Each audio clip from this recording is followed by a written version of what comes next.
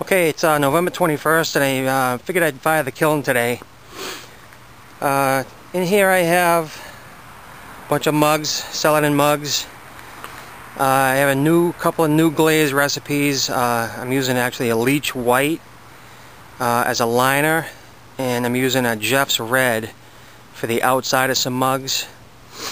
I have a couple of Temuco mugs in there as well. I'm not going to use that glaze anymore.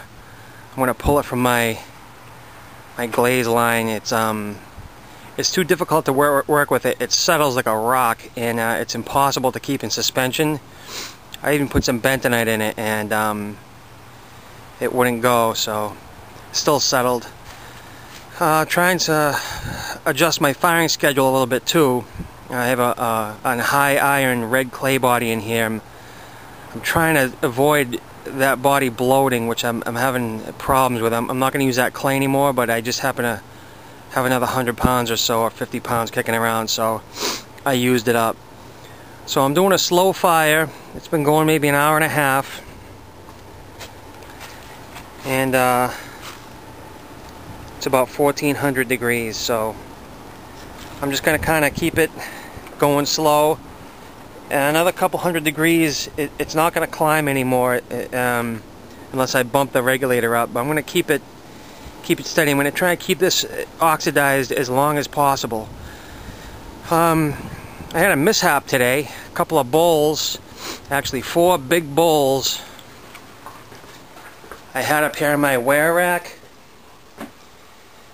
Right on that second shelf I had 4 big bowls, and I had just sprayed a nice celadon glaze on one of the larger ones and put it on the edge, and that shelf came down and toppled on that shelf.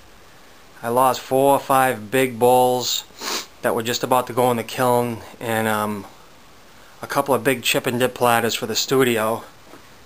And there's some remnants I just haven't dug out yet. It's very disappointing when something like that happens, but I guess accidents happen. We have to work with them. So nice fall day. I'm just cleaning up a little bit. I'm actually going to leave this kiln outside all winter, right where it is. I have it up on some cinder blocks.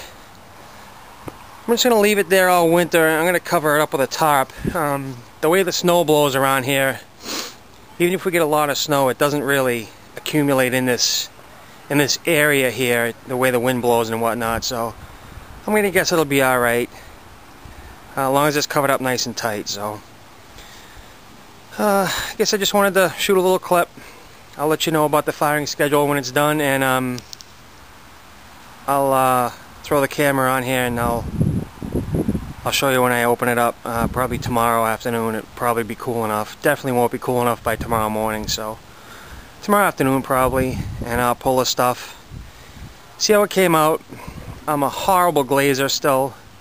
I'm pretty sure I put that white on too thick, and I'm anticipating problems actually, so I'm really not holding my breath on this kiln load.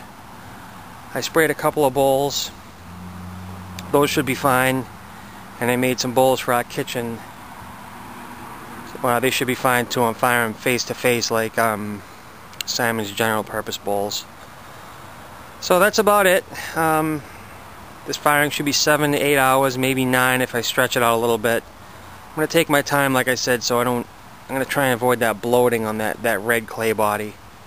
I'm not going to use it anymore, but I'd like to salvage what I did. I'm still glaze testing. I have a couple of new glazes also in buckets. I'm going to try. And that's it. Alright, I'll see you when I open this up. Okay, it's about 6 hours into my firing. I'm at 2250 after 6 hours, and I just started the reduction cycle. I'm following the firing cycle in John Britt's book, the best that I can. Again, because of that high iron clay body that I have. So you can see the reduction flame coming out of there now. So I'm at 2250, so I'm going to reduce here for another hour or so. Here's a peephole. And I got a nice reduction flame. Now it's out of the chimney, obviously, so I'm pumping a little bit of fuel into the kiln. I'm also going to restrict this chimney now for about a half an hour. It's in a light reduction because when I pull a peephole, the flame goes away, and then it takes another 10-15 seconds for the flame to come back up out of the chimney. And there it is right there. So I'm going to restrict this chimney for, I don't know, a half hour or so, and we'll go from there. So 6 hours, 2250, and we'll keep on going. Okay, so it's the next day. I'll pop open this kiln and see what we have.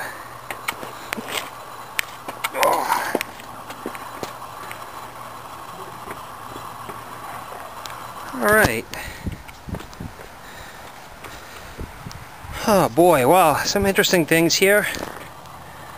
All these glazes. This is a glaze called Jeff's Red.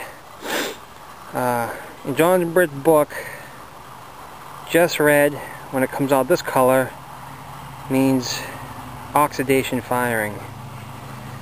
So I guess this kiln didn't go into reduction enough.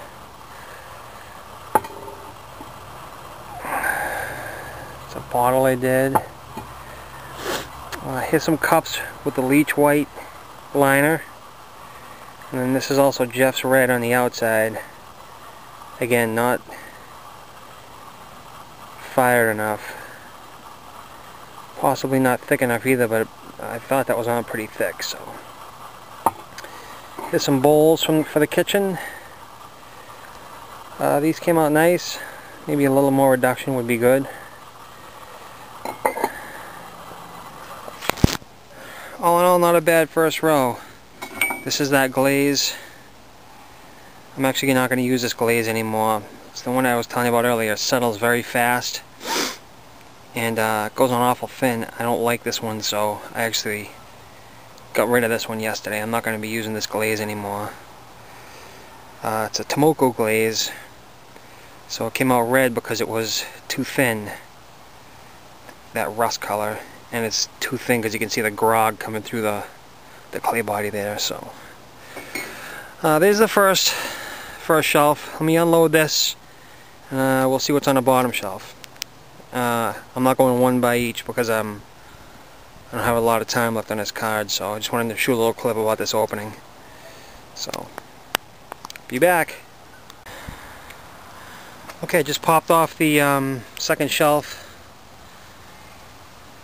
Definitely looks like this didn't go into reduction as much as I wanted to. Those celadons look not quite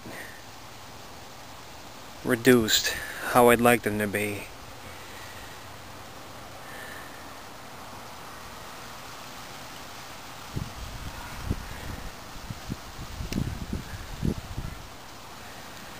I think what I'm going to do is I'm going to get an oxy probe for the next firing here and see if I can get a better handle on this. If I don't get one by the next firing, what I'll do is I'll just make sure this is in heavier reduction for from 2000 degrees, 2100 degrees, all the way to 2300. I'm trying to follow the John Britt firing schedule. It's an R2 firing schedule if you have his book or get his book. It's a really informative book. A lot of good recipes. All in all, not horrible, but I'm not ecstatic either, so that's it. What I'll do is I'll clear this card and I'll shoot one more little video. I'll stick it on the tail end of this with some details. So, alright, that's it.